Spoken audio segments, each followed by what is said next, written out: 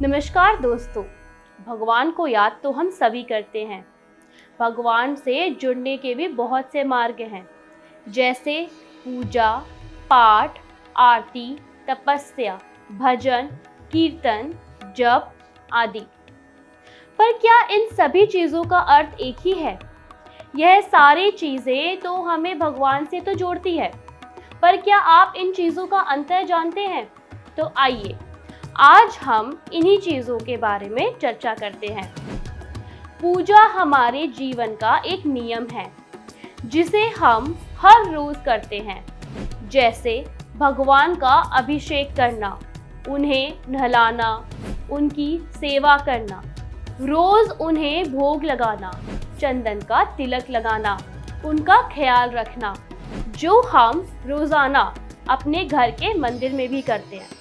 परंतु पाठ करते वक्त हम उस व्यक्ति, उन अवतार ईश्वर के व्यक्तित्व के बारे में चर्चा करते हैं जो हमारे ग्रंथों में लिखा है, जैसे रामचरितमानस का पाठ करना, दुर्गा सप्तशती के अध्याय का पाठ करना या सुंदरकांड का पाठ करना। जब हम भगवान के बारे में पढ़ते हैं, उनके बारे में जानना चाहते हैं, उसे हम पाठ करना कहते हैं। इसी तरह भजन का अर्थ है किसी का नाम जपते रहना। जब भी हम अपने ईश्वर का नाम संगीत द्वारा भजते हैं, उसे हम भजन कहते हैं। भजन करते वक्त उनके नाम के चर्चे, उनका गुणगान जब हम संगीत द्वारा करते हैं, उसे हम भजन करना कहते हैं। इसी तरह उनकी कीर्ति का बखान करना कीर्तन कहलाता है। कीर्तन में तो नृत्य भी शामिल हो जाता है। जब हम ढोल मंजीरों द्वारा भगवान को याद करते हैं, उसे हम कीर्ति करना कहते हैं। भजन और कीर्तन करते वक्त न सिर्फ हमारा हृदय बल्कि हमारे ईश्वर का हृदय भी प्रसन्न हो जाता है। यह तो हम सभी जानते हैं। विपदा और परेशानी में सबसे पहले हम भगवान को याद करते हैं। जब भी हम भगवान को याद करते हैं, अपने ईश्वर से कुछ मांगते हैं या उनसे कुछ करने को बोलते हैं, उसे हम प्रार्थना कहते हैं। प्रार्थना का अर्थ है अपने ईश्वर से अनुरोध करना, उनसे मांगना और उनके सामने अपनी इच्छा को प्रकट करना, उसे हम प्रार्थना करना बोलते हैं। दोस्तों, हम सभी अपने घरों के मंदिरों में पूजा के बाद दीपक के जलते हुए लौ से आरती करते हैं। आरती का हमारे वेद और पुराण में बहुत महत्व है। आरती का अर्थ है अर्थजनों की पीड़ा। जब अर्थजन या जब दुखी जन अपनी पीड़ा, अपनी समस्या ईश्वर तक पहुंचाते हैं, उसे हम आरती करना कहते हैं। जैसे ओम जय जगदीश हरे, मतलब भगवान इस जग का पालन करते हैं और हम अपनी पीड़ा, अपना दर्द, अर्थजनों का दर्द आरती के द्वारा भगवान तक पहुंचाते हैं। भगवान के मूल मंत्र का जप करना, उनके स्वरूप को मंत्र के द्वारा बार बार जपना, इसको हम मंत्र जपना कहते हैं। दोस्तों, जब भी हम मंत्र को जपते हैं, उसमें से एक ऊर्जा प्रकट होती है जो हमारे ईश्वर तक पहुंचती है। मंत्र का जप हमें हर रोग, हर समस्या से मुक्ति दिलाता है। कई लोग मंत्र का जप माला के द्वारा भी करते हैं।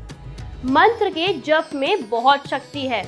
दोस्तों, इसी तरह जब हम अपने इंद्रियों को वश में कर अपना दिमाग बाहर की दुनिया से हटाकर अपने अंदर समाते हैं, अपनी आत्मा, अपने मन और अपने हृदय को एकत्र करके भगवान को ध्यान करते हैं, उसे हम ध्यान करना कहते हैं। ध्यान का तो बहुत ही महत्व है। इसमें हम बाहर की दुनिया भूल के, बाहर के शोर शराबों को भूलकर, अपने सारी इंद्रियों को एकत्रित कर हम भगवान को याद करते हैं, अपनी आत्मा को उन परमात्मा से जोड़ते हैं, इसे हम ध्यान करना कहते हैं। दोस्तों, आप सभी को लगता होगा तप का अर्थ है अपने आप को पीड़ा देना, अपने आप को कष्ट देना।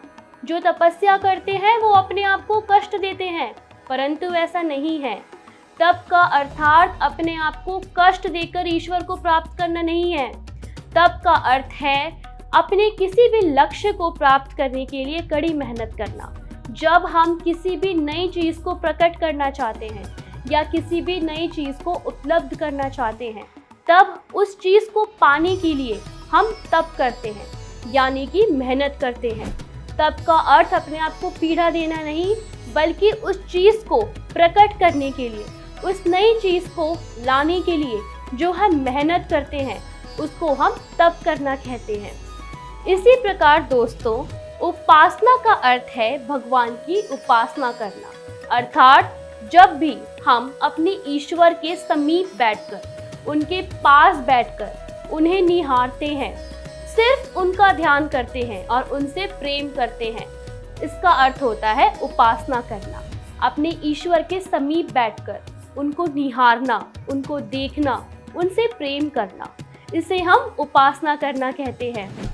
जिस प्रकार मीराबाई भगवान कृष्ण के आगे बैठकर उन्हें निहारती थी, उनसे प्रेम करती थी और उनके बारे में ही चर्चा करती थी, हमेशा उनके समीप बैठी रहती थी, उसी को हम उपासना करना कहते हैं। दोस्तों, इन सभी मार्गों में से कौन सा मार्ग आपको सबसे प्रिय है? नीचे कमेंट करके अवश्य बताएं। मार्ग चाहे कोई भी हो, अगर ईश्वर को सच्चे दिल और सच्ची आत्मा से याद करेंगे तो ईश्वर हमारा साथ कभी नहीं छोड़ेंगे। इसी तरह धर्म और भगवान से जुड़े रहने के लिए देखते रहिए हमारे साथ द कर्मा।